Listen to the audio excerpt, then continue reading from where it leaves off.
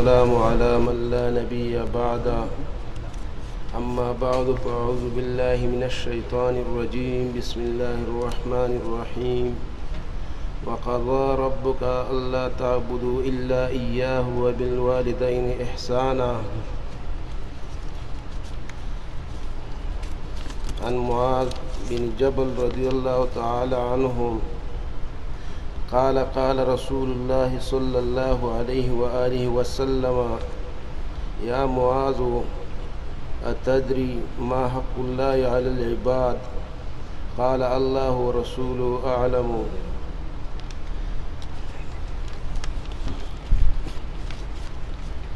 معزز اساتذه کرام، علماء کرام، طلباء عظام او د دې ډېرې اوسیدونکو او د ګردو نوانه راغلو ملمنو مسلمانانو موحدینو ورونو، السلام علیکم ورحمت الله وبرکاتہ.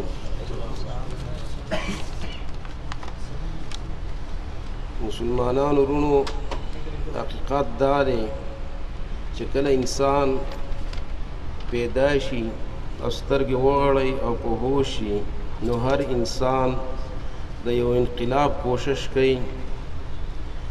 یو انسان دا کوشش کوي، دکاندار دا کوشش کوي چې یاره زه انقلاب راولمه چې زما دا دکان اوچت شي. دغه شان یو زمیندار دا کوشش کوي چې زه جدوجهد وکم، کوشش او انقلاب راولم چې زما جایداد پراپرټي زیاته شي. دغه شان یو بزنسمین دا انقلاب راولي چې یاره زما بزنس زیات شي. دغه شان یو دنیا پرست دا کوشش کوي چې یاره زه ملک شوی، خان شوی، معتبر شوی، لیډر شوی، کرسۍ مې حاصله کړې، د دې کوشش کوي. او دا انقلاب چې دی نو دې ته مادي انقلاب وایي چې په دې کې مسلمان او کافر دواړه شامل دي. دا انقلاب کوشش دواړه کوي. یو بل انقلاب دی چې هغې ته دیني انقلاب وایي، چې هغه د من جانب الله وي، چې هغه د الله له طرفه او پیغمبران الله را لیږلي آدم علیه السلام نه واله د خاتم الانبیا صلی الله علیه و آله وسلم پورې، چې الله د طرفه سماوي پیغام به راته کتابونه، چې دا پروګرام چې دی دا په دې باندې به ته عمل کې، او دا به په دې به ته خپله عقیده دروست کې، او دا به په عوامو کې د دې دغه کې اشاعت کې، چې په دې باندې د خلکو عقیده سمه شي او د خلکو کې عدل و انصاف راشي او ظلم و ستم ختم شي. دغه شانتې الله رب العزت فرمایي: وقضى ربك الا تعبدوا الا اياه. الله تعالی حکم وکړو، فیصله وکړه، دا حکم دی د الله تعالی چې تاسو بندگی مکوئ، صرف د یو الله بندگی وکئ، حقدار د بندګۍ یو الله وګڼئ، ځکه چې د الله نه سوا ټول چې دي نو دا باطل دي. او الله رب العزت چې څومره کتابونه را لیږلي دي، 104 کتابونه الله رب العزت را لیږلي دي، په دې کې 4 غټ کتابونه دي او 104 غټ دي او 100 کتابونه صحیفې دي. چې څومره کتابونه الله را لیږلي دي، دې ټولو کتابونو نچوړ علم چې دی او احکام، نو دا قرآن کریم ته الله پاک راټول کړي دي. او د قرآن کریم ټول احکام علوم چې دي نو دا سورة الفاتحې ته راټول شوي دي. او د سورة الفاتحې ټول احکام چې دي نو دا ایاک نعبد و ایاک نستعین ته راټول شوي دي. ځکه چې امام ابن کثیر رحمه الله فرمایي: ترجو جمیع العلوم والادیان الیهما. ایاک نعبد و ایاک نستعین ته دا ټول علوم او دا ټول ادیان چې کوم دي نو دې ته راغونډ شوي دي، په دې کې پراته دي. ایاک نعبد، اے الله مونږ خاص تا بندگی کوو، اے الله مونږ ستا سره مینه د خدایتوب کوو، اے الله پاکه مونږ ستا نه یره د خدایتوب کوو، اے الله پاکه مونږ ستا نه امید او تمه د خدایتوب کوو. ایاک نعبد نعبدک ولا نعبد غیرک. او چې څومره په هغه زمانه کې کوم چې مشرکان مکه او دور و په هغه کې قریشو دغه شان بوتان راوړي و د هغې بندګي به یې کوله د الله نه سیوا. او زمونږ په زمانه کې دغه شانتې کوم چې علما کرامو نو خلق خبر پرست او د دې بندګي شروع کړله.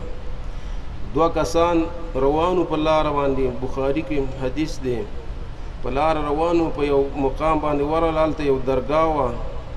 نو چې په هغه ځای دوی تېرېدل، هغه منجوران را پاڅېدل او دوی ته یې وویل چې قر په دې بابا باندې څه شکرانه وغورځوئ. نو هغه وویل چې زمونږ سره خو څه نشته دی چې ویې غورځو په دې باندې شکرانې کړو، نظر وکړو. نو هغوی ورته وویل منجورانو ولو کان ذبابا، که دا مچ ولینې مچ مړ کړئ او کېږدوئ پرې. نو هغوی نه پرېښودل. نو یو کس راولګېد او مچ یې مړ کړ او په بابا باندې یې کېښود شکرانه. او بل کس ویل چې نه زه شرک نه کوم او زه دا کار نه کوم، هم مچ نه وژنم او په دې بابا یې نه ږدم ځکه چې د غیر الله نظر نیاز نه کوم. نو هغه منجوران راولګېدل او هغې شهید کړم، مړ یې کړم. چې هغه شهید شو نو الله جنت ته داخل کړم. او بل کس چې کوم و نو هغه مچ چې په بابا باندې ایښی و، هغه کله مړ شو نو هغه الله جهنم ته وغورځاوه. دغه شانتې عبدالله رضی الله عنه نه روایت دی، وی سألت النبی صلی الله علیه و آله وسلم، وی ما د نبی علیه السلام نه تپوس وکړو ایو ذنب اعظم عند الله، چې د الله په نزد باندې کومه ګناه لویه ده. نو نبی علیه الصلاة والسلام ما ته وفرمایل ان تجعل لله ندا، دا چې ته جوړ کړې د الله تعالی سره حصهدار او شریک، وهو خلقک، او دغه الله تعالی ته پیدا کړی او ته اوس بل څوک دغه شانتې شریک جوړ کړي.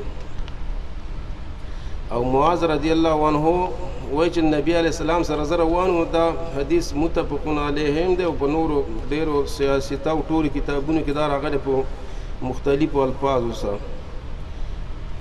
نو قال النبي صلی الله علیه و آله وسلم، نبی علیه السلام زمانه پوښتنه وکړه یا معاذ اتدري ما حق الله علی العباد، آیا تا ته پته شته دی چې د الله پاک په خپلو بندګانو باندې څه حق دی؟ نو ما ورته وویل الله ورسوله اعلم، چې الله او د الله رسول ښه پوهېږي، ما ته پته نشته دی.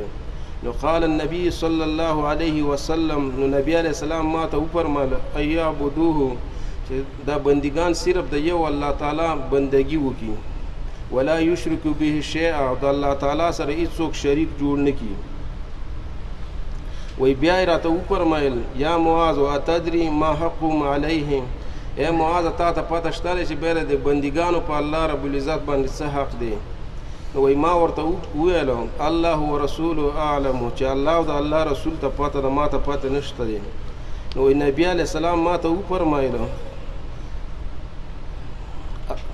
الله يعذبهم، چې د بندګانو په الله باندې دا حق دی چې توحید یې ومانه، د الله وحدانیت یې ومانه، نو الله به دوی له سزا نه ورکوي، الله به ورته معافي وکړي او په خپل فضل کرم سره به په جنت کې داخل کړي.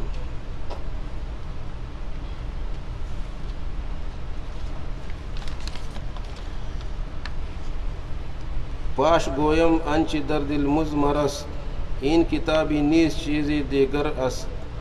وہ زمانے میں معزز تھی مسلمان ہو کر، اور تم خوار ہوئے تارک قرآن ہو کر. خوار از مهجور قرآن شدی، شک و سنج گردش دوران شدی.